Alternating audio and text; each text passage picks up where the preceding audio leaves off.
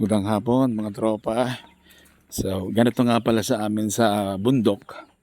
Kapag kami ay maghahanap ng rekado, pupunta lang kami dito sa likod bakuran at maghahanap ng available na yung mga resources natin dito kagaya ng mga nyog.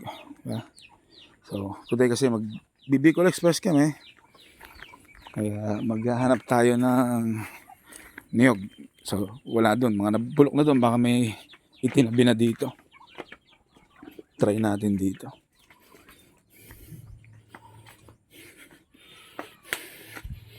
Sana meron pang natira. Dito sa... Ayun! Ayan, yan ang sinasabi. Meron pa. Ito, ano kaya ito? Ito. Kasi parang walang laman. Parang walang laman ito. Tingnan biyakin. Tayo natin biyakin. So, ganito ang ano. Ganito yung ginagawa ko kapag wala akong mga content. So, try natin biyakin kung ito. Try natin biyakin ito. Bulok. So, nga ba bulok eh. So, ito siguro pwede. May tubo na eh. Ito.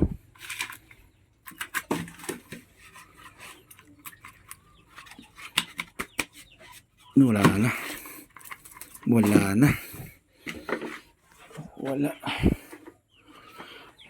Hindi na pwede yan.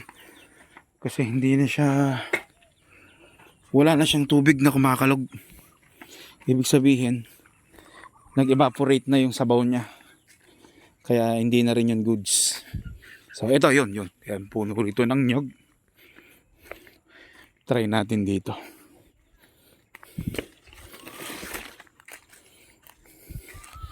Try natin kung meron tayong makukuhang goods na ano, nyog. So wala tayong makita. So ayun, wala naman tayong panungkit. Wala tayong makita. So punta tayo dun sa malayo-layo. Try natin maghanap dun.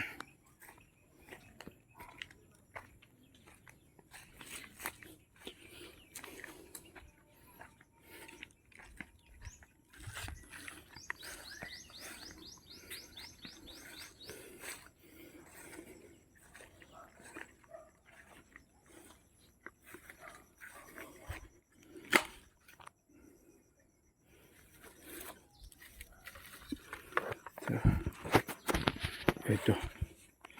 Tignan natin kung meron dito. Ingat nga lang sa paligid. Alam nyo na, medyo masukal.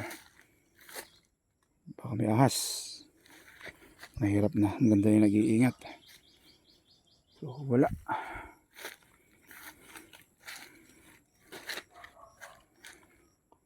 So, wala tayong makita.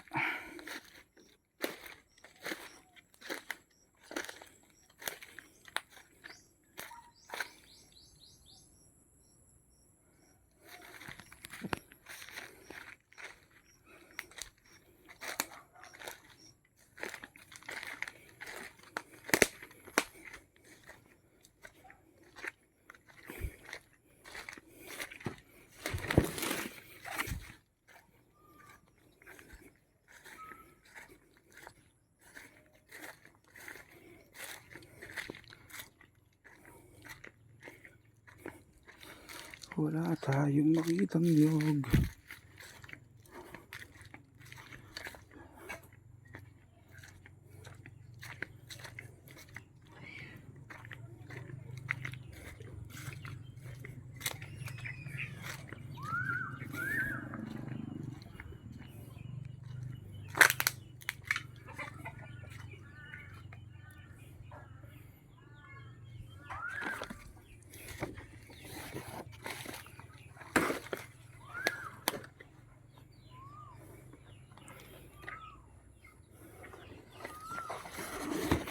Wala naman panungkit.